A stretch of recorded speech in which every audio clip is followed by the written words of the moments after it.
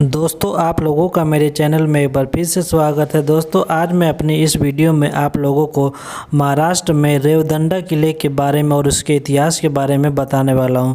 तो दोस्तों वीडियो में आगे बढ़ने से पहले अगर आप लोग हमारे चैनल पर पहली बार आएँ तो प्लीज़ हमारे चैनल ब्रीटेक 54 को सब्सक्राइब कीजिए, साथ ही बेल आइकन को दबाइए ताकि मेरी आने वाली हर वीडियो का नोटिफिकेशन आप तक बिल्कुल आसानी से पहुंच जाए।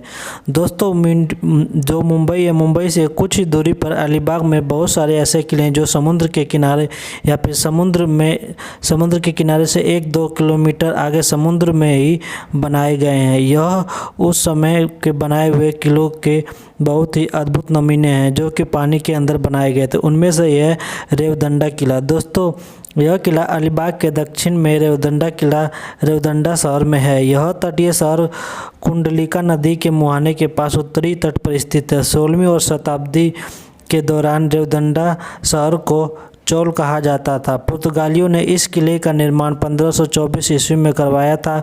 1636 में शिवाजी के पिता शाहजी ने चोल किले के प्रभारी पुर्तगाली कप्तान को लिखा कि उनके परिवार को किले में रहने की अनुमति दी जाए, क्योंकि उन्हें दिल्ली के मुगल शासकों और बीजापुर के आदिलशाही शासकों से लगातार खतरे का सामना करना पड़ रहा था। उन्होंने उल्लेख किया कि उनके पास 11 वर्षीय निजामशाही शासक की हिरासत थी। वह निजामशाही साम्राज्य के कुछ क्षेत्र को पुर्तगालियों को सौंप सकते थे, क्योंकि वह बालक राजकुमार के नाम पर क्षेत्र पर शासन कर रहे थे। शाहजी के पुर्तगालियों के साथ मैत्रीपूर्ण संबंध थे, लेकिन दिल्ली और बीजापुर के विरोध के डर से पुर्तगाली उनके अनुरोध पर सहमत नहीं हुए और कुछ दशकों के बाद शाहजी के बेटे शिवाजी ने चोल किले पर कब्जा कर लिया। यह मराठा नौसेना की स्थापना थी। दोस्तों कोंकण तट के समुद्र तट पर पुर्तगालियों का शासन था। कोई भी अन्य शासक जिसके पास जहाज होते थे उन्हें चलाने के परमिट के लिए पुर्तगालियों को देना पड़ता था और वह नियमों का पालन करना पड़ता था। शिवाजी के पास इनमें से कुछ भी नहीं था। उन्होंने वसई और थाने के पास पुर्तगाली जहाज निर्माण यार्ड तक पहुंच बनाई और 20 जहाज़ों का निर्माण कराया। उन जहाज़ों के निर्माण का उनका घोषित कारण जंजीरा के सिद्धि शासकों के खतरे का मुकाबला करना था। इसके बाद उन्होंने चोल में अन्य 50 जहाज बनाए। शिवाजी तेजी से शक्ति प्राप्त कर रहे थे और पुर्तगाली अब उनसे सावधान रहने लगे। उनके जहाज बिना परमिट के चलेंगे। जब पुर्तगालियों ने उनके कुछ जहाज़ों को जब्त कर लिया, उसके बाद उनके व्यापारिक जहाज़ों को भी जब्त करना शुरू कर दिया। एक समय पर शिवाजी के बेड़े ने कर्नाटक और गोवा बंदरगाहों से 121 व्यापारिक जहाज़ों को जब्त कर लिया। जल्द ही वह समय आ गया जब पुर्तगालियों ने शिवाजी के जहाज़ों के साथ खिलवाड़ करना बंद कर दिया। इसके दौरान जब शिवाजी सिर्फ जहाज़ों का निर्माण या कब्जा ही नहीं कर रहे थे, बल्कि उन्होंने कोंकण तट पर विजयदुर्ग, सिंधुदुर्ग, पद्मदुर्ग आदि जैसे कई किले भी बनवाए। पुर्तगाली शासन के बावजूद शिवाजी कोंकण तट पर लगातार ताकतवर होते गए। उसके बाद पुर्तगाली वायसराय को पुर्तगाल के राजा को यह लिखने पर मजबूर होना पड़ा कि वह शिवाजी नौसेना से डरता है। शिवाजी की वीरता का यह गौरवशाली अध्याय था, लेकिन इस शानदार विरासत खजाने में जो कुछ भी मौजूद है वह प्रवेश द्वार, मेहराब, किले की द्वार के कुछ हिस्से और पुर्तगाली चर्च के खंडहरों में से एक छत रहित घंटाघर है। प्राचीन किलेबंदी की जगह रेवदंडा शहर की नई कॉलोनियाँ भी आ गई। वास्तव में स्थानीय लोग ने शहर का अधिकांश भाग किले की दीवारों के भीतर ही बसाया है।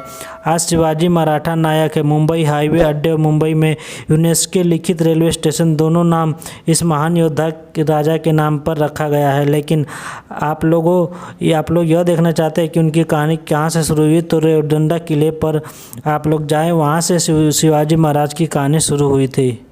दोस्तों जो रेवदंडा किला है, यहीं से शिवाजी महाराज का उदय हुआ था। रेवदंडा किला एक समुद्र तट की ओर मुख वाला किला था, जिसे 1558 में पुर्तगाली कप्तान सोज ने अपने व्यापारिक हितों की निगरानी के लिए बनवाया था। यह निचले चोल में स्थित है, जो अलीबाग मुरुड रोड पर आता है।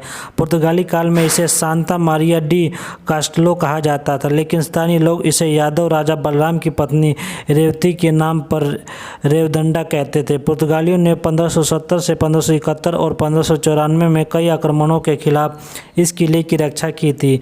1740 में मराठों ने इस पर कब्जा कर लिया। उसके बाद 1806 में ईस्ट इंडिया कंपनी को सौंप दिया और 1817 में अंग्रेज के संक्षिप्त नियंत्रण में यह किला रहा था। रेवदंडा चोल का जो इतिहास है 2000 साल से भी पुराना है। चोल इसके कुछ पुराने नाम थे, पर मध्यकाल में भोज और बिंबादेव जैसे राजाओं ने इस पर शासन किया। चोल 14वीं सदी में तुगलक के अधीन आया, 15वीं शताब्दी में बहमनी सुल्तानों के अधीन गया, 16वीं शताब्दी में निजामशाही और 16वीं से 17वीं शताब्दी के बाद पुर्तगाली। 1508 में मिस्र के मामलुक और गुजरात सल्तनत के एक संयुक्त नेता ने पुर्तगालियों को हराया। पहली पुर्तगाली बस्तियां 1521 में निजामशाही की अनुमति से शुरू हुई। मराठों ने 18वीं सदी और 19वीं सदी में अंग्रेज सभी राजवंशों के शासनकाल के दौरान चोल हमेशा एक प्रमुख व्यापारिक बंदरगाह बना रहा। चोल में अन्य किले भी थे, जैसे निजामशाह का अगरकोट पुर्तगालियों द्वारा यह नष्ट कर दिया गया था। संभाजी द्वारा निर्मित राजकोट 1748 में अंग्रेज द्वारा यह नष्ट कर दिया गया था। उसके बाद कोरलाई पुर्तगाली मोर्लो डी चोल्स का रोक ऑफ चोल के नाम से यह जाना जाता था, जो अभी भी मौजूद है। पास की चट्टान पर कोरलाई पर 1739 तक पुर्तगालियों ने कब्जा कर लिया, जब तक इसे मराठाओं ने जब्त नहीं किया। रेवदंडा में एक चैपल था जहां सेंट फ्रांसिस जेवियर्स ने भारतीय उपमहाद्वीप में अपने शुरुआती उपदेशों में से एक दिया था। रेवदंडा भारत का पहला स्थान भी है जहां से पहले रूसी यात्री अफानासी निकितिन उतरे थे।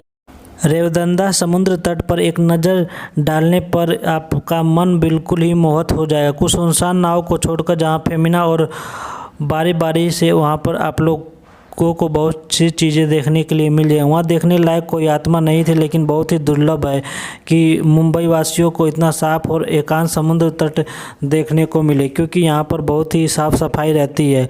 लेकिन मुंबई के तट पर अगर आप लोग जाकर देखेंगे तो वहाँ पर काफ़ी कचरा आप लोगों को देखने को मिलेगा। रेवदंडा समुद्र तट पर खड़े होकर कोरलाई किले को आप लोग देख सकते हैं, और यहाँ पर समुद्र से बाहर आने पर रेवदंडा किले की ओर जाने के लिए समुद्र के साथ साथ जब भी आप लोग चलेंगे तो वहाँ का नज़ारा आप लोगों को बिल्कुल आपके मन को मोहने वाला होगा।